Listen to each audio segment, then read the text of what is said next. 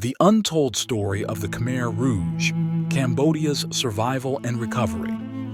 History remembers many tragedies, but some scars remain hidden. Imagine losing everything, your family, your culture, your humanity, in mere years.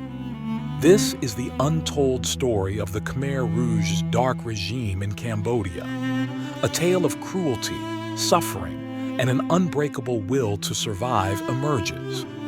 Cambodia, a nation of ancient temples and vibrant communities, was plunged into horror from 1975 to 1979. Under the Khmer Rouge, millions were silenced in a nightmare of forced labor, mass executions, and starvation.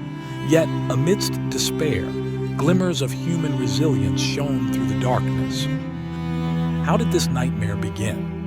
In 1975, Cambodia fell to Pol Pot and the Khmer Rouge, promising an agrarian utopia. They emptied cities overnight, sending millions to work camps.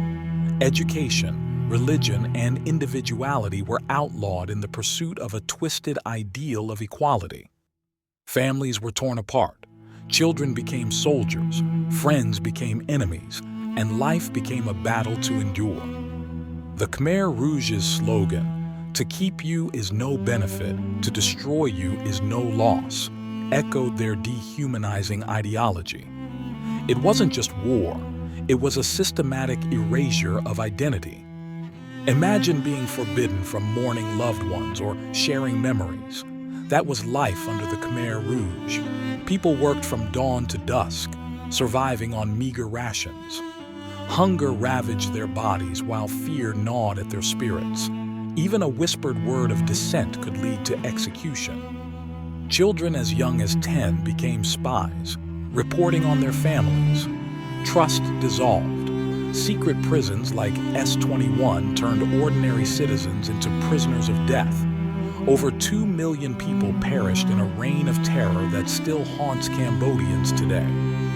Yet, amidst the tragedy, are untold stories of resilience. Families risked their lives to share food and whispers of hope. Some defied death, escaping labor camps and trekking through jungles to freedom. These survivors carried unimaginable scars, but refused to let their spirit be broken entirely. One survivor recalls hiding in trees with his baby, muffling her cries to avoid detection by soldiers. Another shielded a classmate during a firing squad, miraculously escaping harm. Such small yet profound acts of humanity held the fragile strand of hope alive. The Khmer Rouge's reign ended in 1979 when Vietnamese forces overthrew the regime. For many, liberation came too late. A nation was left in ruins. The survivors emerged, haunted by memories and questions. How does one rebuild a shattered soul, a broken culture, an entire society? Cambodia began the difficult path of recovery. Communities sought lost loved ones, identifying remains from mass graves. Survivors shared their stories, not for pity, but as a warning and testament. For Cambodia, the Khmer Rouge remains an open wound. The killing fields are now sacred memorials, bearing witness to unimaginable cruelty. Generations born after 1979 grapple with the shadows of trauma inherited through their families. The world looks on, still learning from Cambodia's story.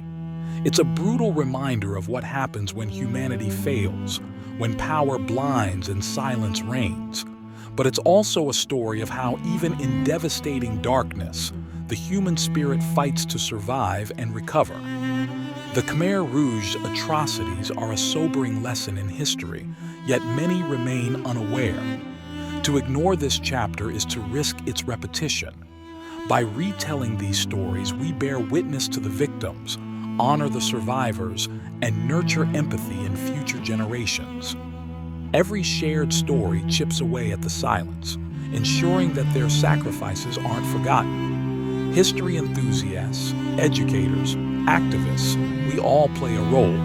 Preserve these voices, let them guide us, and let their resilience inspire our humanity and commitment to justice. This is more than a story. It's a call to action. Seek out knowledge, share these lessons, and support Cambodians in their continued healing. Together, we remember. Together, we rebuild.